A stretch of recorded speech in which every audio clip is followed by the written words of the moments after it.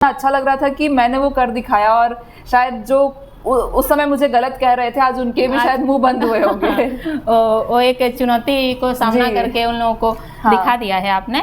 और एक चीज़ मैं बोलना चाहूँगी, जैसे आप वहाँ पे समय बिताए, इतने दिनों तक रहे, वहाँ पे देखे भी होंगे, कहा जाता है कि वहाँ पे कोई अगर मर जाता है या किसी की डेथ हो जाती है डेड जोन के ऊपर से, तो उस लाश को लाने में 20 से 30 लाख खर्चा हो जाता है। जी बिल्कुल। तो आपको कभी लगा कि मुझे कुछ होगा तो अगर कुछ हो जाता है इन केस, तो मेरे माँ बाप को मेरा चेहरा तक देखने को नहीं मिलेगा, उसके बावजूद आपने इतनी बड़ी जोखिम को उठाई, उसके बारे में बोलेंगे थोड़ा? जी बिल्कुल।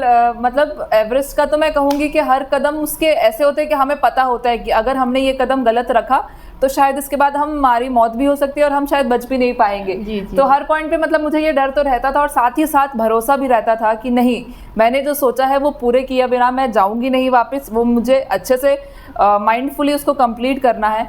जैसे कि आपने डेथ जोन की बात करी, वो लगभग 8000 मीटर के ऊपर का जो एरिया होता है उसको डेथ जोन कहते हैं, और वहाँ पे ऑक्सीजन का लेवल इतना कम होता है कि वहीं पे मैक्सिमम -23 डिग्री तक का टेम्परेचर रहता है। तो उस पॉइंट पे सरवाइव करना बहुत मुश्किल होता है, और आपका दिमाग इतना थक चुका होता है कि आप डिसीजन नहीं ले पाते हैं। जी। तो उस पॉइंट के लिए मैं इतनी क्लियर थी, मुझे पता था किस पॉइंट पे मुझे क्या डिसीजन लेना है और मुझे अपने आप को समझते हुए कैसे डिसीजन लेना है।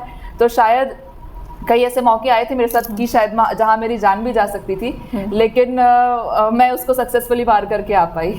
अरे वाह। और एक चीज़ है वहाँ पे, जैसे बोलते हैं कि पहाड़ों में हर सवाल का जवाब मिल जाता है।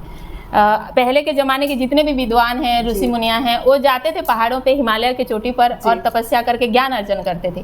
तो आपने इतने सारे बड़े बड़े पहाड़ों की पिक को झंडा गाड़ के दिखाया है कि मैं भी कुछ कर सकती हूँ बेटी। तो आपको आपके जीवन में कई सारे सवाल होंगे, क्या उन सवालों का जवाब उन पहाड़ों में मिला है? जी बिल्कुल मिला है मुझे। मतलब कह सकते हैं कि एक जो क्लियरिटी ऑफ लाइफ होता है वो मुझे कई चीज़ें मतलब पहाड़ों पे जाके समझ में आई है।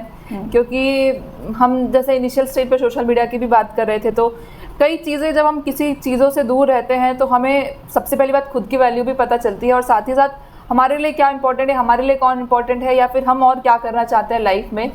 क्योंकि उस पॉइंट पे आप कुछ नहीं सोच रहे होते, आपके पास आप बस अपने थॉट्स के साथ रहते हैं, तो बहुत सारी चीज़ें आप क्लियर कर पाते हैं।